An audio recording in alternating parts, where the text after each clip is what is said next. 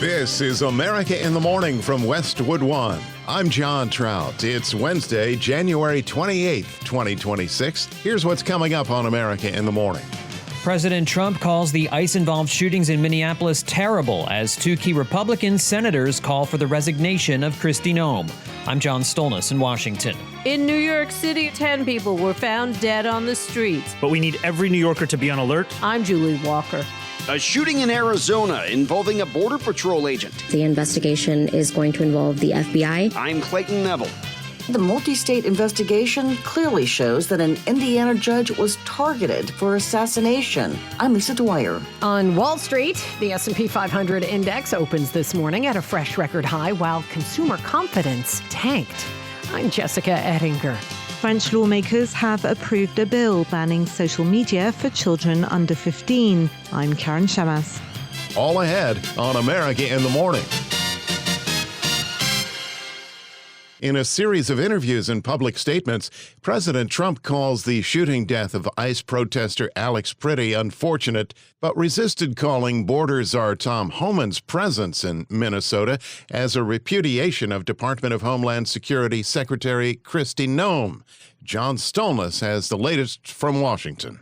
In an interview with Fox News, the president was asked what his reaction was to watching the video of Alex Pretti being shot and killed by Border Patrol agents last Saturday morning in Minneapolis. Well, I think the whole thing is terrible. I don't like the fact that he was carrying a gun that was fully loaded and he had 2 magazines with him, and it's pretty unusual. But nobody knows when they saw the gun, how they saw the gun, everything else.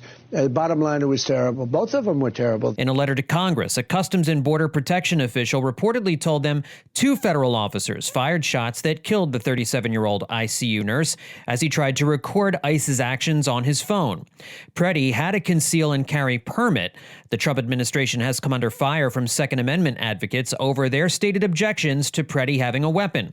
With DHS Secretary Kristi Noem and Border Patrol Commander Greg Bavino forced to leave Minneapolis by the president, Trump admitted there has been a shakeup and revealed Homan has been having conversations with Governor Tim Walz since his arrival in an attempt to, quote, de-escalate a little bit. I was called by the governor yesterday. I was called by the mayor yesterday. How do we do something? Please, how do we do something? I think it's bad for them. I don't think it's bad for us.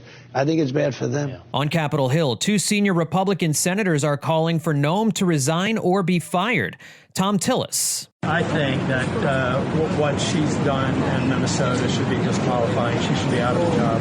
And I mean, really, it's just amateurish. And Lisa Murkowski. I would not support her again, and I think it probably is time for her to step down. Trump has so far refused to fire Noem. As he left the White House on Tuesday, he said a big investigation is underway. House Minority Leader Hakeem Jeffries on MS Now doesn't trust the Trump administration to conduct a fair investigation. These extremists and political hacks at the Department of Justice have been weaponizing the criminal justice system against Donald Trump's enemies. John Stolnis, Washington. Millions continue to dig out from weekend snow, and thousands are still without power in several states, and flight delays following the Arctic blast that will soon reach down as far as New Orleans and Miami. Correspondent Julie Walker reports the death toll is surpassing 4 people in places hit by winter weather, including some found frozen to death on the streets of New York City. In New York City over the weekend, where temperatures dipped dangerously low and snow rose to record heights, 10 people were found dead on the streets.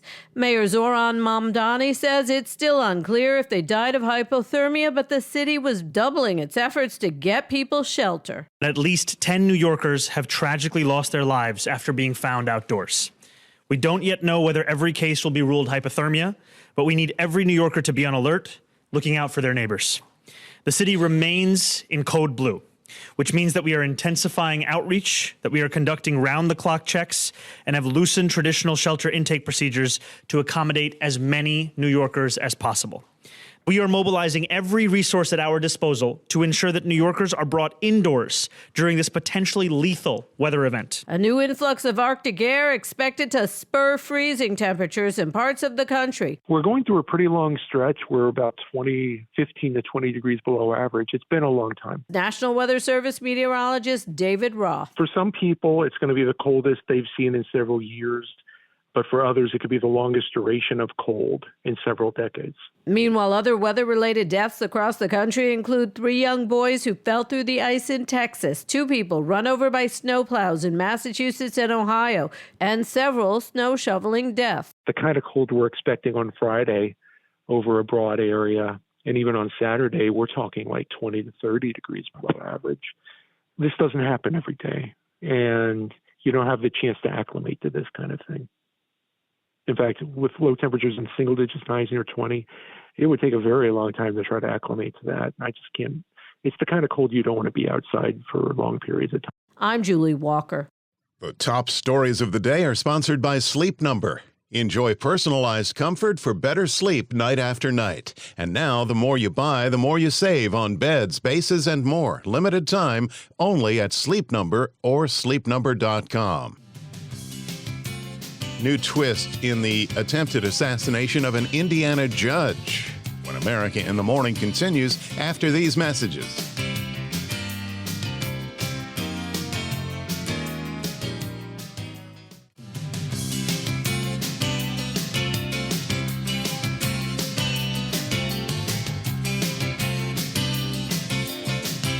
Back now on America in the Morning. The lake effect snow machine will continue today. Here's AccuWeather.com meteorologist LaTroy Thornton. Not only is the lake effect snow likely to continue today off the Great Lakes, that's rather probable to be the case right through the end of the week in many places, thanks to no significant change in wind direction as the lakes remain warmer than the frigid air above them. That means the usual travel disruptions for places that get under any heavier lake effect snow bands, and the risk for that today may end up being the highest downwind of Lake Ontario. In this case, that means that parts of northern New York to the east of the lake, such as Watertown, could end up in heavy snow squalls by the afternoon that could put down a quick couple of inches of snow, with the risk for at least some snow showers extending south and west into western New York. Michigan also gets in on the snow showers and flurries, mainly for northern and western lower Michigan, neighboring eastern parts of the Upper Peninsula, and a separate zone of the western UP. Otherwise, much of the nation looks dry and frigid today from New England through the Ohio Valley, and it stays cold in the southeast and adjacent southern portions of the plains, where highs today and through the week remain 15 to 30 degrees below the historical average, as the bitter chill is in no hurry to be pushed out. Speaking of getting pushed out, high pressure is gradually being pushed out of more and more of the west after providing many dry days in a row, with Tuesday's wet weather looking to take the form of rain and mountain snow, leading to more of the same today, at least from northwestern Oregon into northern and western Washington, as yesterday's storm brings snow to places from eastern Oregon through Idaho, northern Utah, even western Wyoming and Montana, as the southwest stays dry. For Boise, Idaho, some morning snow gives way to sun later today, the high 42. For Baltimore, expect increasing clouds today and bitter cold, with the high only able to reach 22. That's the nation's weather. I'm AccuWeather.com meteorologist LaTroy Thornton. Follow us wherever you get your podcasts. Search America in the Morning in your favorite listening app. Authorities in Arizona are investigating after a man was shot and critically wounded in a shooting involving a U.S. Border Patrol agent in an area adjacent to the U.S.-Mexico border. Correspondent Clayton Neville reports. The shooting comes amid tensions surrounding immigration in the U.S. and the recent killings by ICE agents of American citizens in Minnesota. The FBI referred to the shooting in Arizona as an alleged assault on a federal officer. It happened near the town of Arivaca. The Santa Rita Fire District said that one person was in critical condition. The investigation is going to involve the FBI, which is typical anytime a federal agency is involved, and then the Pima County Sheriff's Department. Angela Carrillo's with the Pima County Sheriff's Office, and she spoke with KVOA TV. This is a shooting involving the U.S. Border Patrol. The FBI Phoenix office has contacted the Pima County Sheriff's Department and asked for our assistance in an investigation. The injured person reportedly was a suspect who had exchanged gunfire with Border Patrol agents and fired at a federal helicopter during a pursuit near the border. I'm Clayton Neville. There are now shocking allegations in the ongoing investigation into the attempted assassination of an Indiana judge at his home.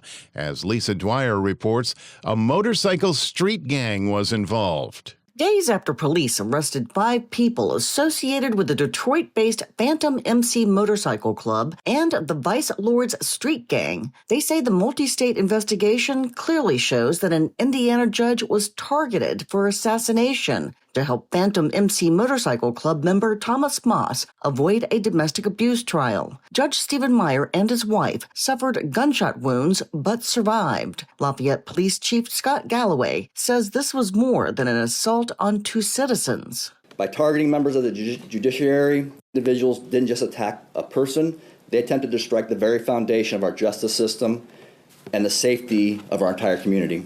The suspects are scheduled to appear in court Wednesday in Indiana and Kentucky. I'm Lisa Dwyer.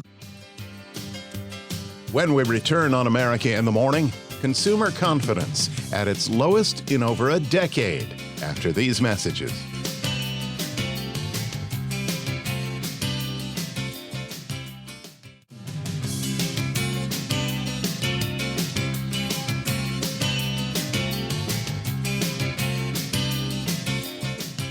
This is America in the Morning with how markets performed yesterday and what's expected today. Here's Wednesday Business with CNBC's Jessica Ettinger. Wall Street opens this morning after a mixed day yesterday for the stock market. The Dow dropped 400 points, but the S&P 500 index opens this morning at a fresh record high. United Health shares dragged the Dow lower yesterday. It lost about a fifth of its value after the government said Medicare payments for next year would be about flat. Health insurance companies were counting on a 5 or a 6% increase.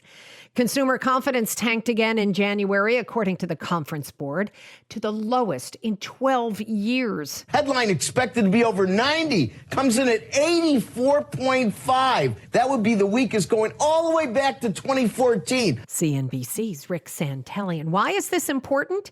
Well, here's Macro Policy Perspectives' Julia Coronado on CNBC. Conference Board is extremely valuable for assessments of labor market conditions. We're still in this not just low hire, low fire, but slow bleed. We've seen the unemployment rate drift higher over last year. And what we're seeing is that labor market conditions are, not great. UPS is cutting another 30,000 jobs in its unwind from Amazon. It has to cut costs after a really tough year last year. Last year was a year where everything that could go wrong did go wrong. So you lost 50% of your Amazon revenues. You lost the post office contract to move last miles for their shore post business. They lost de minimis volume. Remember, they had an accident with their MD-11 and they had to park their entire MD-11 fleet.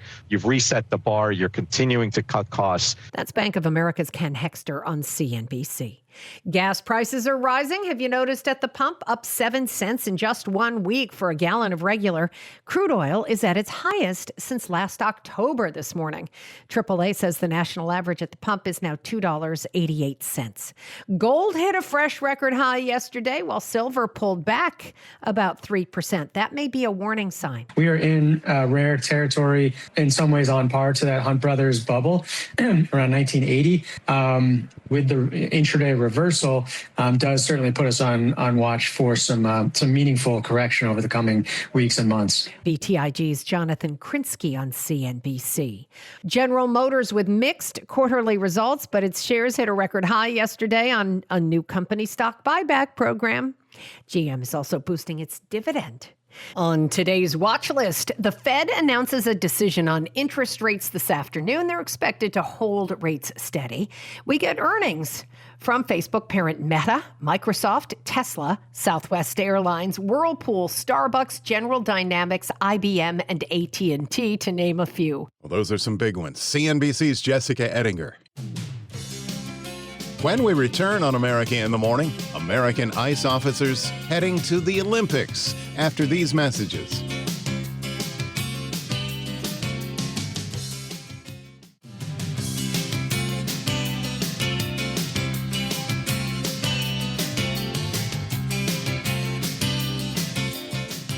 It won't just be the athletes from the United States heading to Italy next month for the Winter Olympics. Immigration and Customs Enforcement agents will be heading to Milan for security measures, a move that has angered Italians who do not want American ICE officers helping with Olympic security. Correspondent Haya Panjwani reports.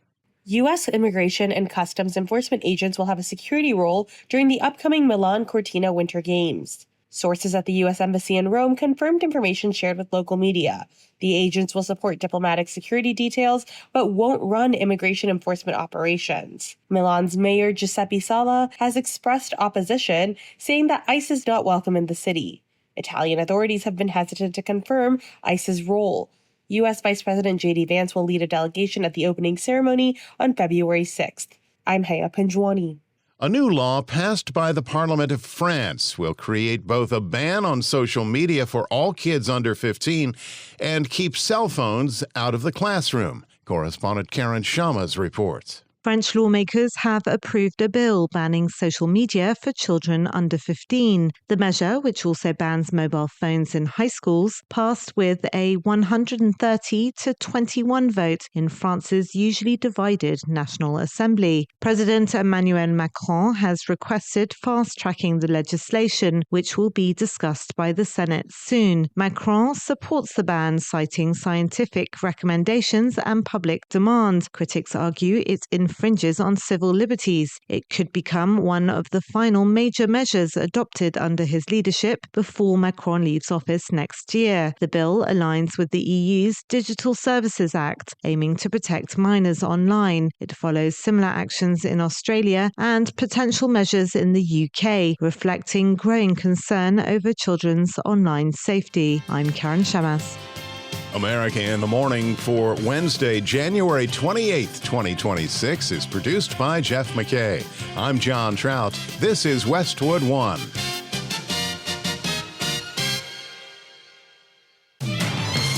This is America in the Morning from Westwood One. I'm John Trout. Coming up this half hour. President Trump says he's withholding judgment on a Border Patrol agent's fatal shooting of a protester in Minneapolis. Sagar Magani, Washington. A winter storm with a firm grip on America brings power outages and death. I'm Clayton Neville. The high-profile sex trafficking trial of the Alexander brothers is now underway in Manhattan. I'm Sue Aller. The Trump administration's immigration crackdown led to a drop in U.S. growth rate last year. I'm Haya Pinjwani. U.S. TikTok already under scrutiny. I'm the new old tech guy, Chuck Palm. More award nominations show possible winners in the Oscars. I'm Kevin Carr. Back after these messages.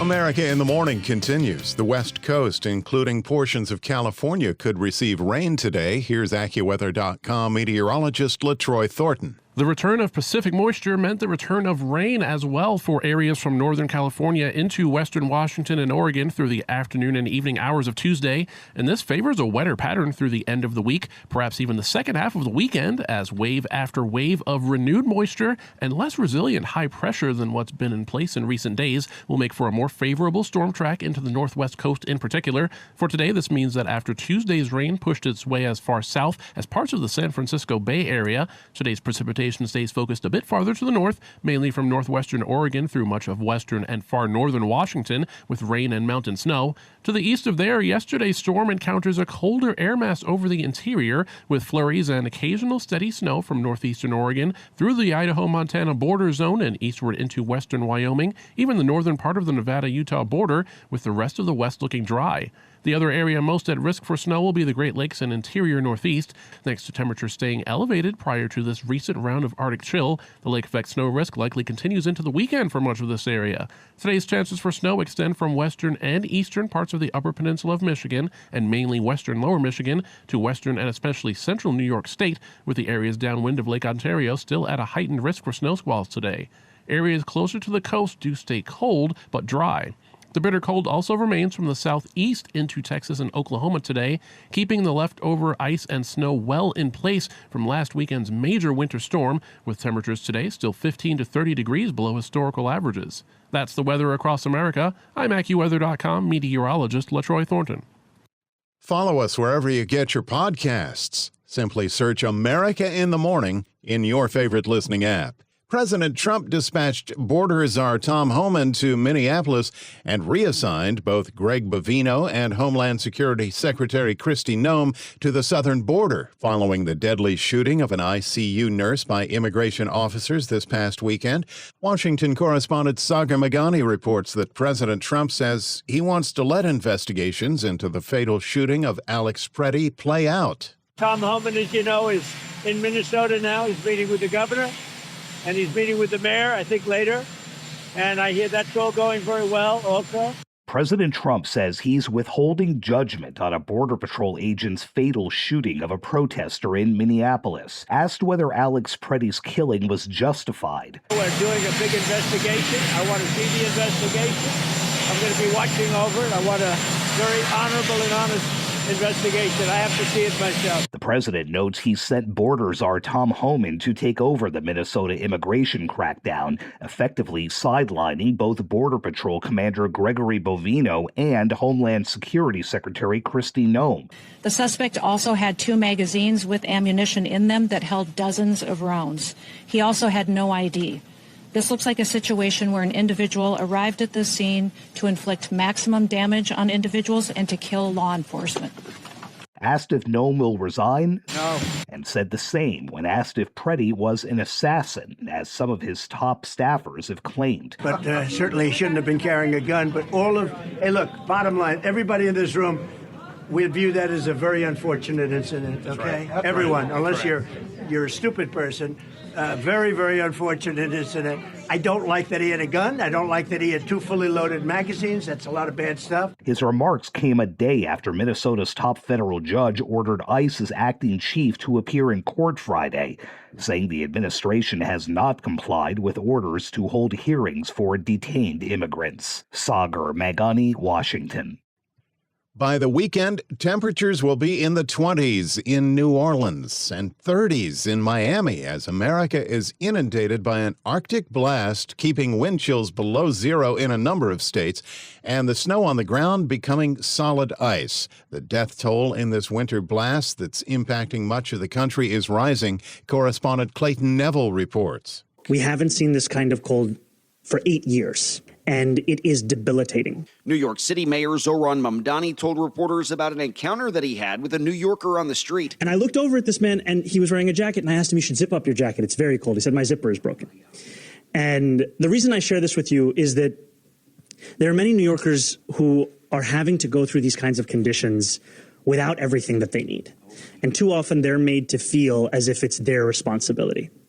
And I want to make very clear from our city government that actually we view your problems as our problems. We want to be there to help you. According to the mayor, at least 10 people believed to be homeless have died from exposure to the cold in New York City. He's implemented a Code Blue, which forces people to get off the street and into shelter. What we know is that a number of those 7 New Yorkers who lost their lives had interactions with our shelter system in the past. It is still too early to share a broader diagnosis or a cause of death. Winter-related deaths stretch into the south and are attributed to hypothermia and traffic crashes. In North Texas, in the town of Bonham, 3 brothers drowned when they fell into a frozen pond. Their mother, Cheyenne Hangeman, spoke with KDFW-TV in Dallas. I start running towards the pond and I jump in and I try to save them. Also trying to keep myself alive because the water is freezing. And as soon as I jumped in, lock up. I couldn't really hardly do anything. It was just one of me and 3 of them, and they were all needing me at one time, and I just couldn't save them. Power outages persist across parts of the country, with power officials in Nashville expecting lengthy outages from the historic storm. Ice on power lines and other isolated outages the reasons why.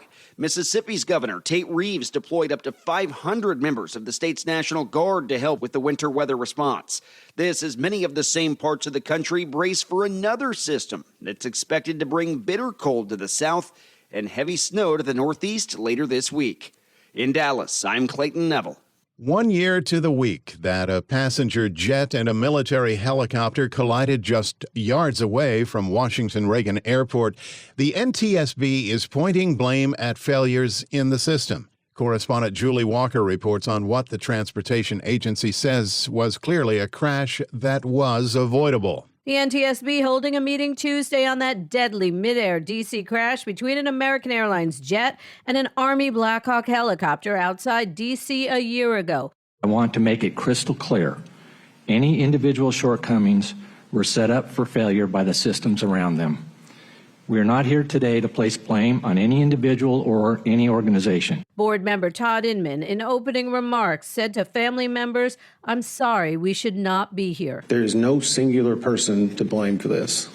These were systemic issues across multiple organizations, and I think, as you'll see, we will place a lot of the information that you're going to hear on those responsible organizations and hopefully make recommendations so that this never happens again. That's what Tim Lilly, whose son Sam died in the crash, wants. When a mistake is made, how do you react to that? And the biggest thing that I'm looking for is to fix the problem so nothing like this happens again.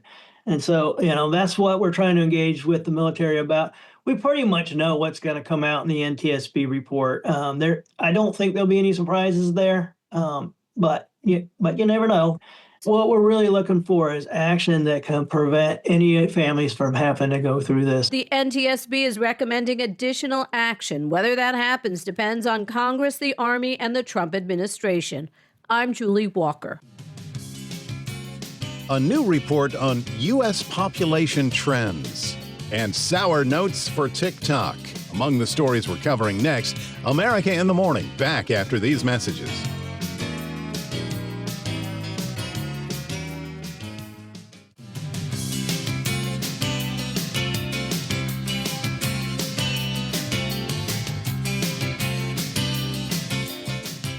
This is America in the Morning. Chaos at a Minnesota town hall hosted by Congresswoman Ilhan Omar when a man lunged at the Democrat and tried to spray her with an unknown substance. The man, who was screaming, "You must resign," was restrained by security guards and removed from the building. Minneapolis police booked the unidentified man on assault charges. Omar was not hurt and continued the town hall. They were defined as predators masquerading as party boys. Sue Aller reports on the beginning of the trial against two brothers and a third man accused of being real estate brokers involved in sex trafficking. It's one of the most high-profile sex trafficking trials in years. The case against luxury real estate brothers Oren, Ilhan, and Tal Alexander is now underway in federal court in Manhattan. Prosecutors say for more than a decade, the wealthy siblings used their status, connections, and exclusive party scenes to lure women with promises of trips and VIP experiences, situations that allegedly turned into sexual assaults. The Alexander brothers worked together and with others to repeatedly and violently drug, sexually assault, and rape dozens of female victims. At least 8 accusers are expected to testify, including a woman who was 16 at the time of her alleged assault. Jurors are expected to hear allegations involving drugs and alcohol, which prosecutors say left victims incapacitated. The brothers have been held without bail since their arrest in Miami in 2024. Defense attorneys say the encounters were consensual, arguing their client's social high-profile lifestyle is being reframed as trafficking. All 3 have pleaded not guilty and face 15 years to life in prison if convicted. In New York, I'm Sue Aller. It's unusual that the American population stalls. Correspondent Haya Panjwani reports on changes to U.S. population trends and how immigration activity is fueling the decreases. The Trump administration's immigration crackdown led to a drop in U.S. growth rate last year. President Donald Trump's crackdown on immigration has contributed to a year-to-year drop in the U.S. growth rate as the nation's population hit nearly 342 million people in 2025. That's according to population estimates released by the U.S. Census Bureau. The 0.5% growth rate for 2025 was a sharp drop from 2024's almost 1% growth rate, which was the highest since 2001 and fueled by immigration. Immigration increased by almost 1.3 million people last year, compared to 2024's increase of almost 2.8 million people. I'm Haya Panjwani. It clearly pays to go to Yale. The Ivy League school announced that starting in the fall of 2026, students from households earning up to $200,000 can attend tuition-free. Admitted students whose families make up to $100,000 will pay nothing. More than 1,000 Yale undergrads today, out of about 6,800, attend the school at no cost, and 56% receive some aid. Yale's endowment last year grew 11% to $44 billion. That's a figure that's more than the overall gross domestic product of nations including Iceland, El Salvador, and Jamaica. Tuition at Yale next year is $72,500. The full cost of attendance, which includes room and board, fees, and books, will be about $98,000. The ink isn't even dry yet on the settlement, but already the new U.S. version of TikTok is facing backlash. Chuck Palm has the story as the new old tech guy. A Los Angeles Superior Court has settled a major lawsuit involving TikTok and the accusation the platform has been fueling social media addiction in young users. The case centered around a 19-year-old plaintiff who claimed the app's endless scroll, algorithm recommendations, and other features were designed to maximize engagement that led to her addiction, depression, and suicidal thoughts. This was a test case amongst hundreds that are targeting TikTok, Meta, Google, and Snap, with arguments that these platforms use addictive design tactics similar to those once seen in the tobacco industry. Concurrently, the trial proceeds against Meta and YouTube, with Mark Zuckerberg potentially on the stand for what could stretch into weeks. And speaking of settlements, the TikTok platform is facing new scrutiny in California. Governor Newsom announced he's launching a review calling on the State Department of Justice to examine whether TikTok is violating state law by suppressing content that is critical of President Trump. This follows users' reports over the weekend of glitches, zero views on new posts, and alleged censorship of videos that mention topics like ICE, Jeffrey Epstein, or anti-Trump messages, shortly after TikTok finalized its U.S. ownership. Follow the new old tech guy on X at Chuck Palm. Midweek Sports is in. Here's America in the Morning's John Stolnis.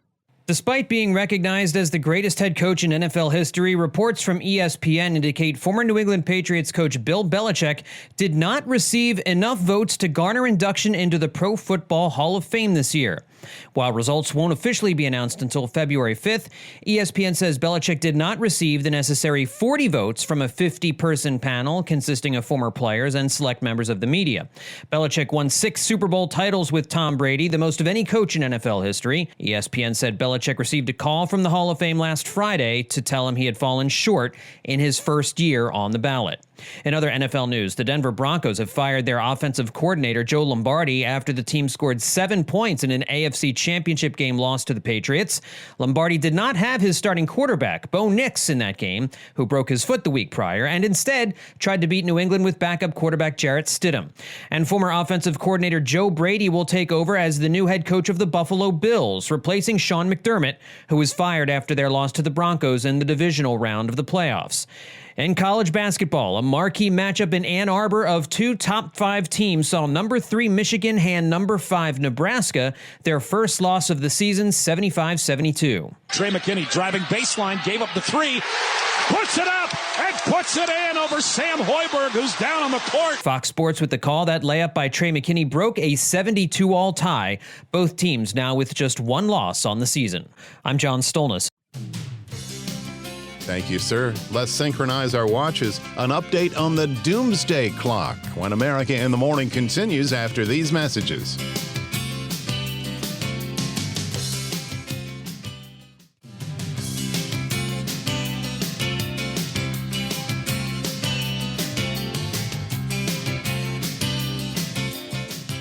Every second counts when it comes to the doomsday clock. Correspondent Lisa Dwyer reports that the scientists measuring the closest point to catastrophe now say we are closer than ever, and artificial intelligence isn't helping matters. Citing threats from nuclear war, climate change, potential misuse of biotechnology, artificial intelligence, and the global political environment, the Bulletin of Atomic Scientists has moved the doomsday clock ever closer to midnight. AI is also supercharging mis and disinformation, which makes it even more difficult to address all of the other threats we consider. But instead of working towards international standards governing AI safety, we are running headlong into an AI arms race with what could be dire consequences. Daniel Holds is chair of the group's Science and Security Board. The doomsday clock is now at 85 seconds to midnight, the closest it has been in the history of the clock. The group says that since last year, global understandings are collapsing. If the world splinters into an us versus them, zero-sum approach, it increases the likelihood that we all lose. The advocacy group began using a clock in 1947 to symbolize the potential of people doing something that could end humanity. Over the years, the group has changed from counting down the minutes to counting down the seconds. I'm Lisa Dwyer. Award season is underway, and both the BAFTAs and WGA awards can be a preview to the Oscars. Entertainment reporter Kevin Carr explains. Two major award groups announced their nominations on Tuesday, strengthening some films' momentum during award season. The BAFTAs showed major support for award season frontrunners. What time is it? I don't remember that part. All right, let's just not nitpick over the passwords. Paul Thomas Anderson's One Battle After Another led the nominations with 14, including Best Actor and Actress, Best Supporting Actor and Actress, Best Adapted Screenplay, Best Director, and Best Picture. Listen here, this ain't no house party. Also on top of the nominations was Ryan Coogler's Sinners with 13, including Best Actor, Best Supporting Actress, Best Original Screenplay, Best Director, and Best Picture. He's got more inside of him than any man I've ever met. Who are you looking for? William Shakespeare. Other top nominated films include the frontrunners for Best Actress and Best Actor, Jessie Buckley for Hamnet, and Timothée Chalamet for Best Actor for Marty Supreme. Do you make money at this little table tennis thing? Not yet. Also on Tuesday, the Writers Guild of America announced its nominations. Unlike other awards, the WGA focuses strictly on writing. Like the BAFTAs, the frontrunners for screenplay include One Battle After Another, Sinners, Marty Supreme, and Hamnet. Underdog nominees include Black Bag, If I Had Legs I'd Kick You, Weapons, Begonia, Frankenstein, and Train Dreams. I'm Kevin Carr. That's our show for today, Wednesday, January 28th, 2026. America in the Morning is produced by Jeff McKay. I'm John Trout. This is Westwood One.